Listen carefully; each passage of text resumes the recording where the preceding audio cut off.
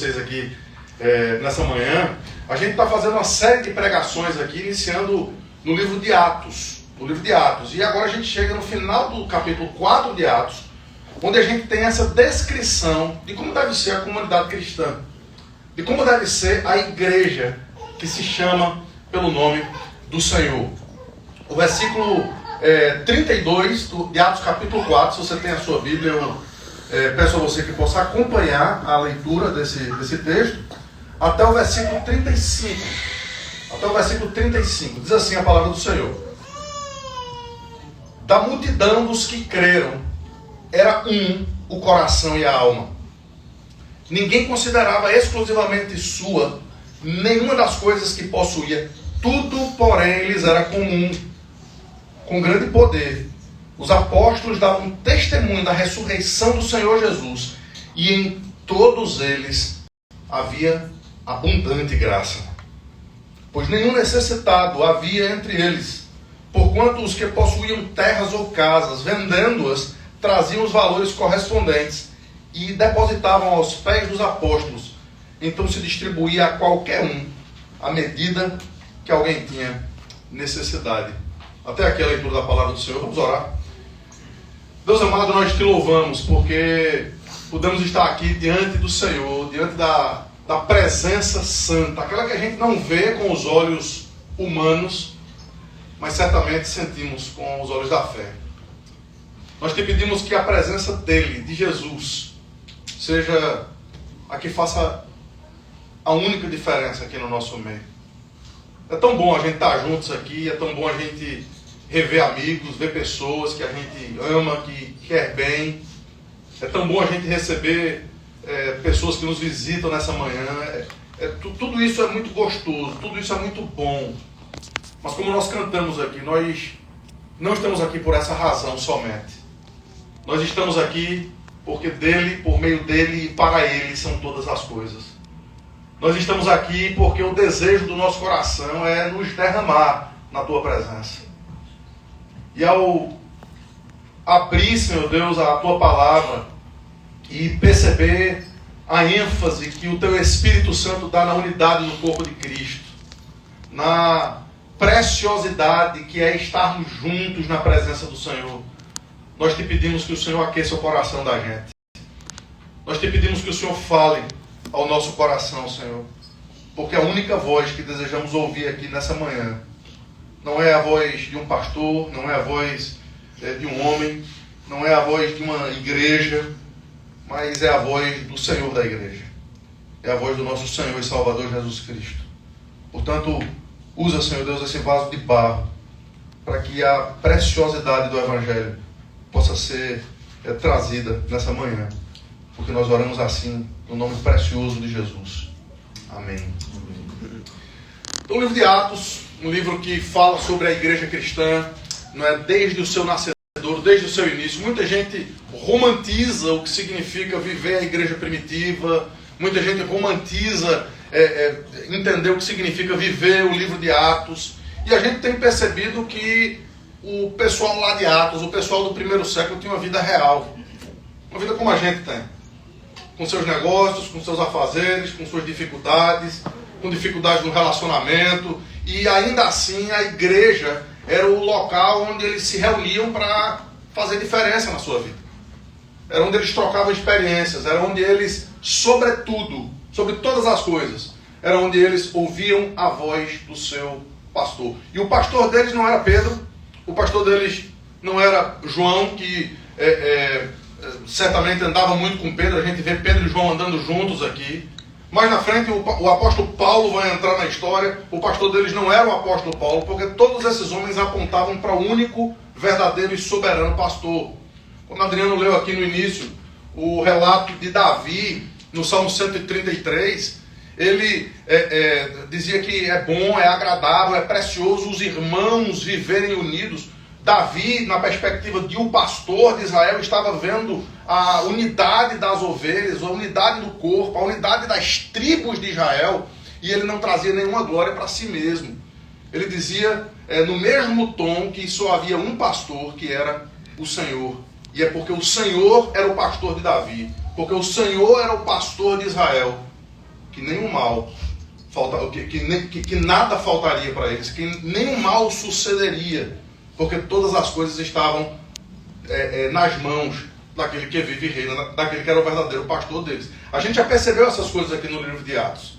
A gente já percebeu que o dom extraordinário do Espírito Santo descendo em Pentecostes, tendo sido anunciado pelo Senhor Jesus, não era a ênfase da pregação de Pedro, mesmo nas duas pregações que a gente já ouviu até aqui. Muito embora Pedro tenha pregado no dia da descida do Espírito Santo, muito embora Pedro tenha tido uma segunda oportunidade quando um coxo de nascença, um paralítico de nascença, por 40 anos que vivia todos os dias sendo colocado ali no templo, é curado miraculosamente, as pessoas se juntam dizendo: Pedro, a gente quer ouvir você. A única coisa que ele dizia era: é Cristo, é Ele, é o Senhor, nada temos a oferecer a não ser a palavra dEle. E é exatamente essa perspectiva da palavra dEle que fazia com que as pessoas mais e mais pudessem vir e dizer, como o apóstolo Pedro disse a Jesus há algum tempo atrás. Então Pedro agora estava usufruindo de alguma forma daquilo que ele havia declarado. Em João capítulo 6, quando o Senhor Jesus pregou um sermão duríssimo, quando ele disse: olha, a minha carne é verdadeira comida, o meu sangue é verdadeira bebida, e de repente muitas pessoas se escandalizaram e ficaram apenas aqueles 12 ali. Deus, então, o Senhor Jesus então pergunta para Pedro e para os demais apóstolos: vocês não querem ir após eles também? E qual foi a resposta de Pedro? Senhor, para onde iremos? Se só tu tens as palavras de vida eterna, a gente não tem para onde ir, a gente só tem para ir para o Senhor. E é exatamente isso que agora Pedro, como pastor, apontando para Cristo, as pessoas estão dizendo: para onde é que a gente vai? A gente tem que estar com o Senhor. E da multidão dos que creram, é o que diz o texto, a alma, o coração começava a se unir, a se enraizar. As pessoas começavam a entender a necessidade que tinham de Cristo em primeiro lugar, mas elas se tornavam quase que dependentes da comunhão, de umas das outras. Davi cantou isso, Pedro cantou isso, Jesus trouxe essa perspectiva. Mas o que está acontecendo aqui é algo extremamente sugestivo. Muita gente pega esse texto para tirar dinheiro de vocês.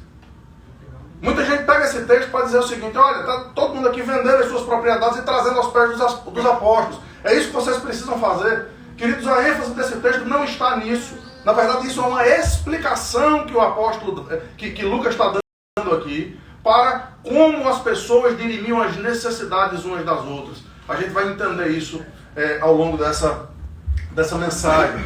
Mas o que está acontecendo aqui é basicamente o que a gente lê aí no verso 33. Com grande poder, os apóstolos davam testemunho da ressurreição do Senhor Jesus. Aqui estava a resposta da oração que a gente viu domingo passado. A oração que a gente viu domingo passado foi essa: Senhor, quem estava aqui domingo passado vai lembrar, então quem não estava, deixa eu fazer um pequeno resumo.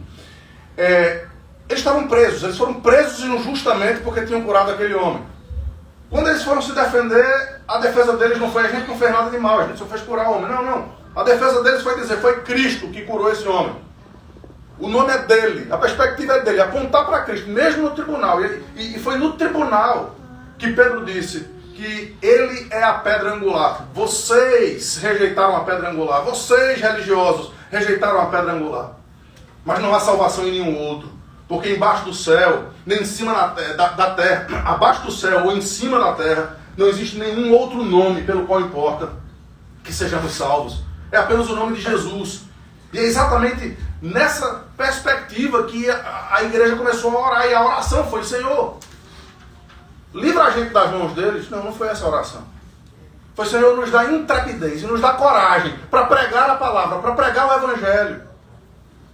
Foi orado por Wagner, né? Antes do culto começar. Senhor, aquilo que alguns dos irmãos estão fazendo aqui, que seja realidade com todos nós, que a gente tenha a perspectiva, a coragem daquela oração que foi feita, e quem sabe a gente já esteja vendo aqui o resultado da pregação da palavra, do incentivo da pregação da palavra, em que nós espalhemos o evangelho. Com grande poder os apóstolos davam testemunho da ressurreição de Jesus. A oração está sendo respondida. Ainda que aquilo fosse perigoso para eles, eles davam testemunho, eles pregavam, eles iam adiante fazendo o que era para eles fazerem. Muito embora o Sinédrio tinha proibido eles de pregar em nome de Jesus. Antes importava obedecer a Deus do que aos homens. E aqui Lucas quase que repete o relato de 2:42 a 47. Eu vou reler o texto de 2:42 a 47 para vocês perceberem as semelhanças que há nesse segundo relato. Mas vocês também vão perceber que existem algumas diferenças. E essas diferenças é exatamente os pontos que a gente vai fazer na mensagem de hoje. Então deixa eu voltar aqui rapidamente. 2:42, a partir do momento em que Pentecostes acontece, Pedro prega, 3.000 pessoas convertidas, e Lucas diz assim, versículo 42 do capítulo 2. E perseveravam unânimes na doutrina dos apóstolos, na comunhão, no partir do pão e nas orações. Em cada alma havia temor. Muitos prodígios e sinais eram feitos por intermédio dos apóstolos. Todos os que creram estavam juntos e tinham tudo em comum. Vendiam as suas propriedades e bens, distribuindo o produto entre todos à medida que alguém tinha necessidade. Diariamente perseveravam unânimes no templo, partiam o pão de casa em casa e tomavam as suas refeições com alegria e singeleza de coração, louvando a Deus e contando com a simpatia de todo o povo. Enquanto isso, acrescentava-lhes o Senhor dia a dia os que iam sendo salvos. Então aqui a gente vai perceber, em primeiro lugar, que tanto num texto quanto outro, e a gente vai perceber algumas pequenas diferenças, existia unidade de coração e de alma. Tem muita gente que busca unidade a qualquer custo. Tem muita gente que busca unidade sem que a verdade seja estabelecida como o pontapé inicial dessa unidade. O apóstolo João vai dizer que com alguns, né, que denotam o que maculam o Evangelho de Cristo, a gente não deve nem ter relacionamento. Portanto, a nossa unidade, a unidade desse povo aqui não era a qualquer custo. A unidade desse povo aqui era porque eles tinham algo em comum. E queridos, que coisa extraordinária se a gente tiver esse mesmo algo em comum. Se o que nos unia aqui não for porque é gostoso estar aqui, não for porque é legal cantar louvores bem tocados, não for porque a gente gosta das pessoas que estão aqui, ou porque talvez a gente consiga alguns contatos aqui, mas que a razão de nós estarmos aqui seja porque, a despeito dessas coisas serem efeitos colaterais, a gente tem algo muito superior aqui. É que os nossos corações estão unidos por um objetivo, que é louvar, adorar, engrandecer e viver para esse nome, acima de todo nome. Para o nome do Senhor Jesus. E aí a gente vai olhar pessoas diferentes. A gente vai olhar pessoas completamente distintas nas suas ideias, nas suas, no pano de fundo, naquilo que já viveram, nas suas histórias. A gente vai ver aqui pessoas ricas, pessoas pobres. A gente vai ver aqui pessoas de cores diferentes, de backgrounds diferentes. A gente vai ver pessoas que se vestem diferente. Bota David e Luciano juntos, vocês vão ver dois fashions completamente diferentes aqui. Essas distinções, elas não vão fazer diferença. Porque o que nos une não é a forma como a gente se veste, não é o que a gente tem na conta bancária. O que nos une é o nome. É o nome do nosso Senhor e do nosso Salvador, Jesus Cristo. Então, se no primeiro relato aqui, em Atos capítulo 2, eles perseveravam unânimes na doutrina dos apóstolos, agora o apóstolo Pedro dá uma aprofundada nisso. Ele diz que não é apenas na doutrina dos apóstolos, mas eles estavam unidos em um coração e em uma alma. Interessante que o apóstolo Paulo vai chamar isso de entranhados afetos e misericórdia. Eu sempre, lá em Filipenses, eu vou para esse texto, e é um texto bonito, né? É um texto poético, entranhados afetos e misericórdia, e a gente repete isso muitas vezes sem entender o que isso significa. Mas o que o apóstolo Paulo está dizendo é que a nossa unidade, ela deve entrar, a mesma expressão utilizada em Hebreus capítulo 4, quando diz que há algo que penetra ao ponto de dividir juntas e medulas, alma e espírito, pensamentos e propósitos do coração. Essa unidade que nós devemos ter é tão profunda, mas tão profunda, que não há absolutamente nada que possa nos separar, porque o que nos une é o amor de Deus. Aí a gente vai para Romanos capítulo 8, que diz que nem a vida, nem a morte, nem anjos, nem principados, nem coisas do passado, do presente, do porvir, nem poderes, nem alturas e nem profundidade podem nos separar do amor de Deus que está em Cristo Jesus, o nosso Senhor. É precisamente essa perspectiva de penetração, de lá dentro, de um coração que está completamente derramado mais uma vez na presença de Deus, que nós devemos estar unidos aqui. Algo que as igrejas deveriam buscar. Algo que nós individualmente devemos buscar. É possível que ainda haja diferenças no nosso meio. É possível que ainda haja pessoas que se inquietam umas com as outras. Queridos, essas coisas precisam começar a cair por terra. Essas coisas precisam começar a serem destruídas pela pregação da palavra do Senhor, para que o reino das trevas e o reino de Satanás, que não se satisfaz com qualquer tipo de unidade da igreja, possa ter qualquer tipo de vitória no nosso meio. Nós precisamos entender que o que nos une é muito maior do que o que o nosso coração pode falar ou pode dizer. Nossa união não é apenas de boca e de palavras, mas de fato e de verdade. E de fato e de verdade são duas coisas distintas. Fato, a gente pode ver isso no nosso meio, mas não a qualquer custo. A nossa união aqui não é por outra razão, mas porque nós estamos aqui por Ele e por Ele somente. Mas os termos que o apóstolo usa aqui é coração, que tem a ver com as nossas emoções. Estamos ligados uns aos outros. A gente orou aqui por algumas famílias que estão doentes. Queridos, que essa oração por essas famílias que estão doentes não sejam simplesmente orações burocráticas, como a gente faz todo almoço. Senhor, muito obrigado pela refeição, obrigado, abençoa fulano e cicrano, em nome de Jesus, amém. Não. Que a gente coloque o nosso coração nas nossas orações, para que Deus, que já entende todas as coisas, saiba que nós estamos aqui sofrendo porque temos irmãos sofrendo.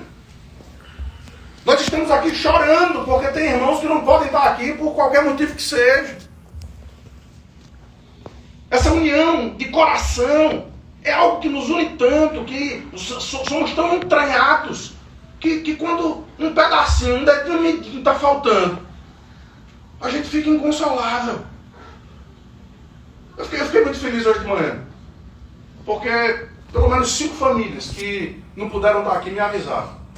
Pastor, eu não vou poder estar aqui por conta disso, por conta daquilo. Queridos, a gente está sentindo a falta deles aqui, mas a gente sabe que eles estão bem. É uma coisa tão simples. É uma coisa tão simples. Desenvolvam esse hábito. Esse hábito de estarmos juntos, de estarmos conversando uns com os outros, de estarmos nos colocando à disposição uns dos outros. Unidade de coração, mas é unidade também de alma, que nos lembra que essa união é muito mais do que meramente temporal ou corpórea. Mas ela é espiritual e eterna. Veja, eu posso ter minhas diferenças com o David aqui. Eu posso ter inveja da barba dele. E isso tem um fundo de verdade aqui. Eu estou deixando crescer aqui há 2 meses. Não cresce. Mas eu vou ter que conviver com esse barbado o resto da eternidade. O resto da vida. E a gente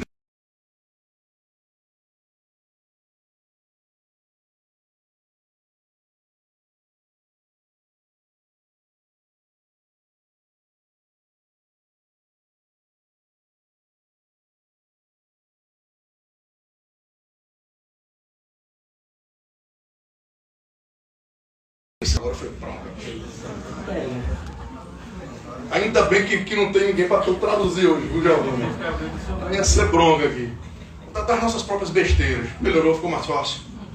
Deu para entender. Por conta das nossas tolices, a gente deixa de aproveitar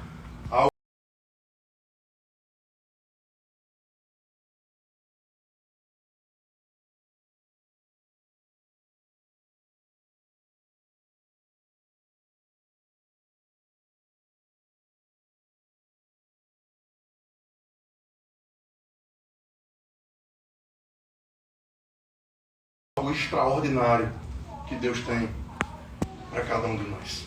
Esse é o primeiro ponto.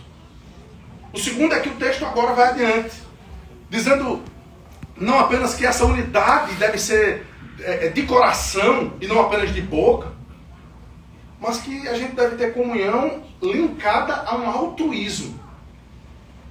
E talvez aqui eu esteja entrando num dos assuntos mais complexos dos dias da gente. Porque os homens e mulheres hoje em dia são extremamente materialistas. Eles amam as coisas.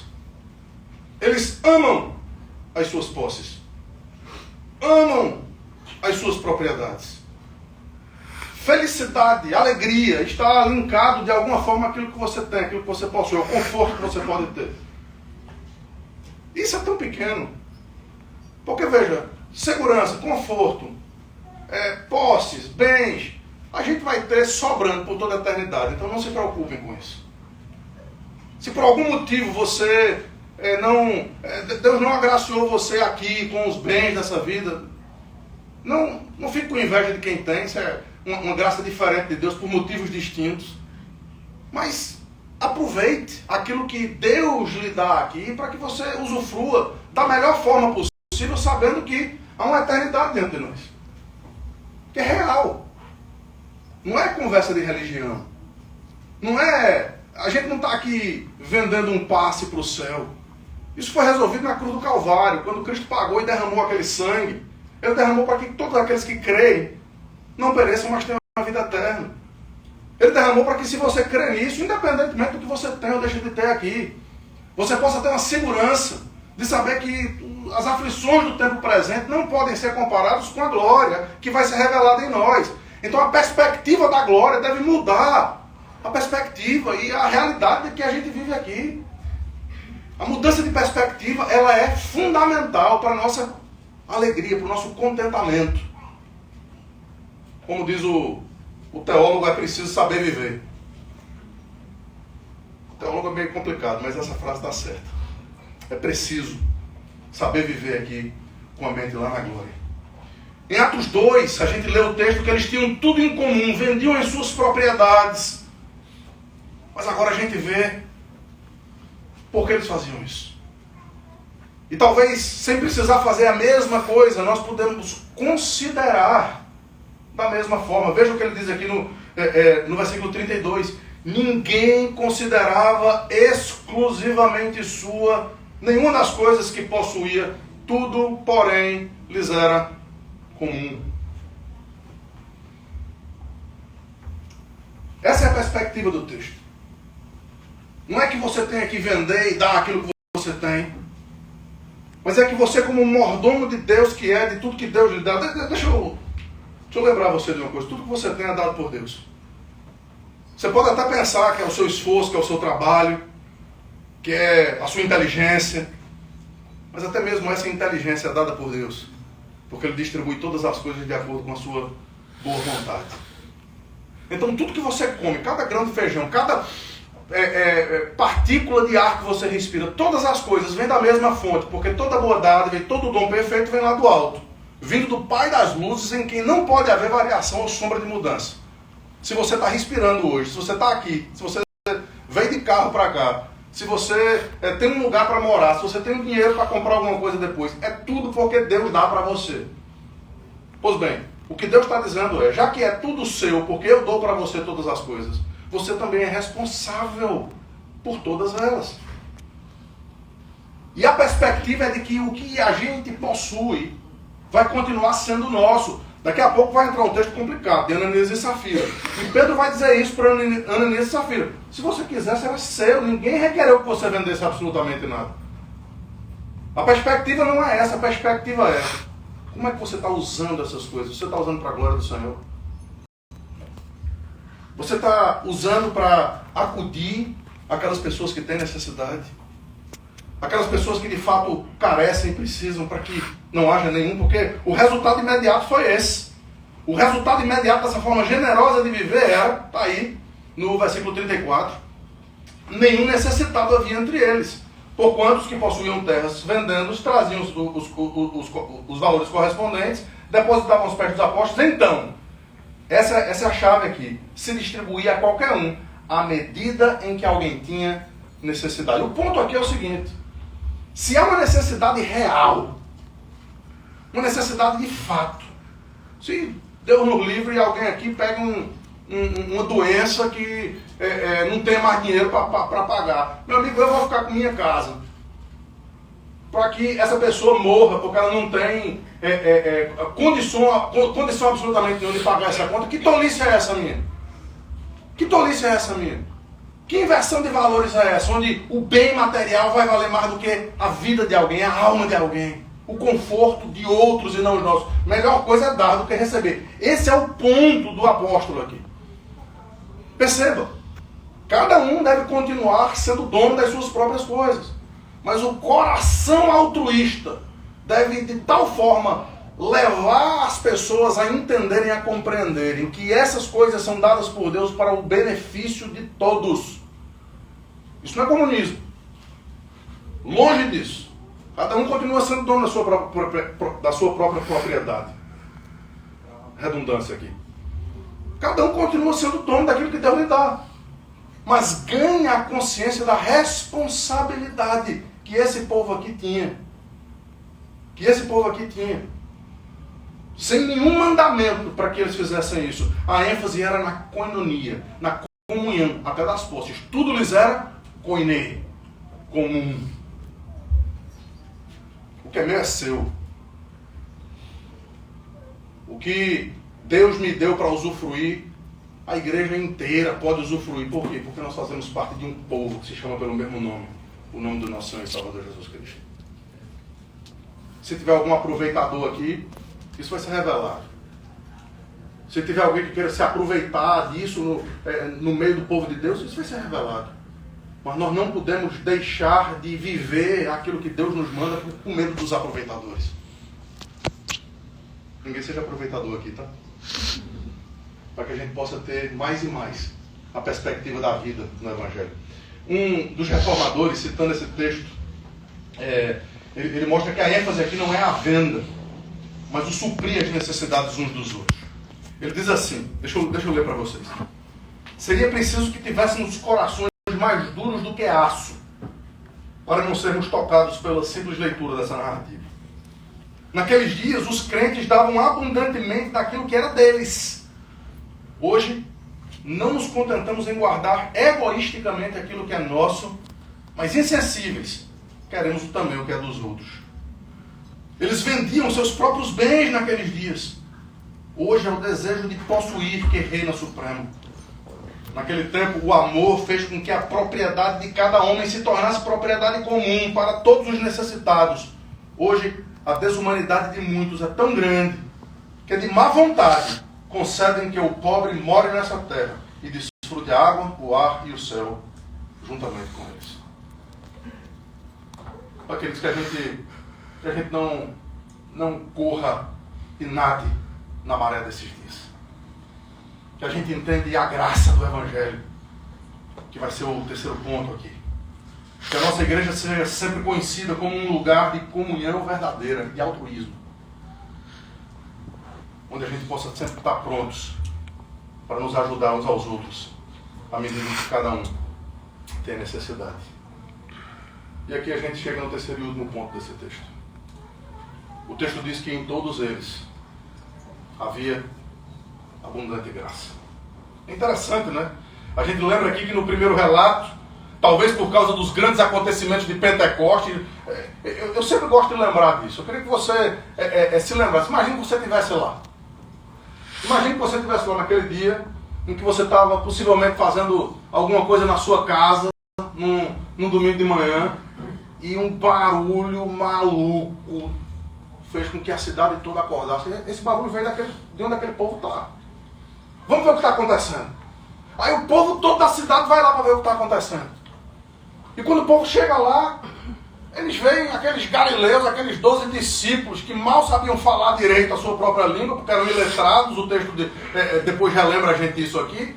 E eles estão falando línguas diferentes. Para cada grupo de línguas estranhas, e há um relato ali, partos, medos, persas, mesopotâmicos, gente da Arábia, cada um dos discípulos estava falando em línguas diferentes. O povo que não sabia falar essas línguas chega e diz: esses discípulos estão tudo bêbados. Eles estão embriagados. Olha para aí. Aí Pedro, querendo que todo mundo entenda, se levanta e diz: eles não estão embriagados. Deixa eu explicar para vocês o que está acontecendo. Porque o que eles viram não foi apenas esse vento impetuoso, ou essas línguas como de fogo extraordinárias. Não tente fazer isso em casa que vai dar bronca. Línguas como de fogo descendo sobre a cabeça de cada um deles. E agora, Pedro fala, cheio do Espírito Santo, 3.000 pessoas se convertem. A minha alma também estaria cheia de temor nesse dia. A minha alma também estaria cheia de temor. A ênfase em Atos capítulo 2 é: em cada alma havia temor. Que a gente possa desenvolver esse temor sem ver o extraordinário. Que a gente possa desenvolver esse temor não como o Tomé, que precisou ver para crer, mas que pela simples pregação da palavra. Que pela simples pregação da palavra, que é a forma como Deus escolheu salvar os que creem, vidas sejam transformadas. A sua vida, a sua família, a sua história seja transformada através desse livro, através desse homem, através da pregação da palavra. Mas agora, o texto vai dizer que é muito mais do que mero temor. Lucas diz que em todos eles havia abundante graça. Que palavra extraordinária! Graça é a palavra que melhor descreve o Evangelho. Graça é a palavra que eu e vocês precisamos entender se a gente quiser conhecer a Jesus, de fato, de verdade. Porque eu e vocês somos mortos nos nossos delitos e pecados. É assim que a gente nasce pecador, e a gente continua pecador. E como pecadores que somos, nós somos alcançados por um Deus santo e perfeito, que odeia o pecado, mas que resolveu o problema do pecado em si mesmo, quando ele se encarnou, se esvaziou, assumindo a forma de servo. Quando ele entendeu que nós não tínhamos absoluta capacidade de nos salvar a nós mesmos, ele veio, ele se diminuiu, ele se tornou obediente até a morte de cruz, para que pela sua graça nós pudéssemos ser salvos. Pela graça nós somos salvos. A salvação não é por qualquer tipo de mérito seu, não é por qualquer coisa que você possa fazer, é graça de um Deus soberano. É por isso que quando o apóstolo Paulo estava lidando com um espinho na carne e pede a Deus para livrar ele desse espinho na carne, a palavra de Deus para ele é: a minha graça te basta. É tudo que você precisa. Por quê? O Salmo já respondeu. Porque a tua graça é melhor do que a vida. Porque não há nada, não há vida, não há bem, não há liberdade, não há nada que seja tão extraordinário, tão bom, tão transformador, quanto a compreensão de que o Evangelho é o Evangelho da graça. Não é da lei, é da graça. Não é do que você pode fazer, mas é do que Ele já fez.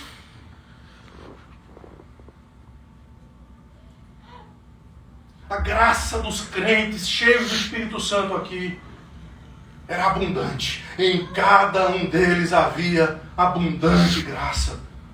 Você é alguém que vive assim. A graça de Cristo é abundante na sua vida, meu querido. Na sua casa, na sua família. Na sua forma de você enxergar as outras pessoas.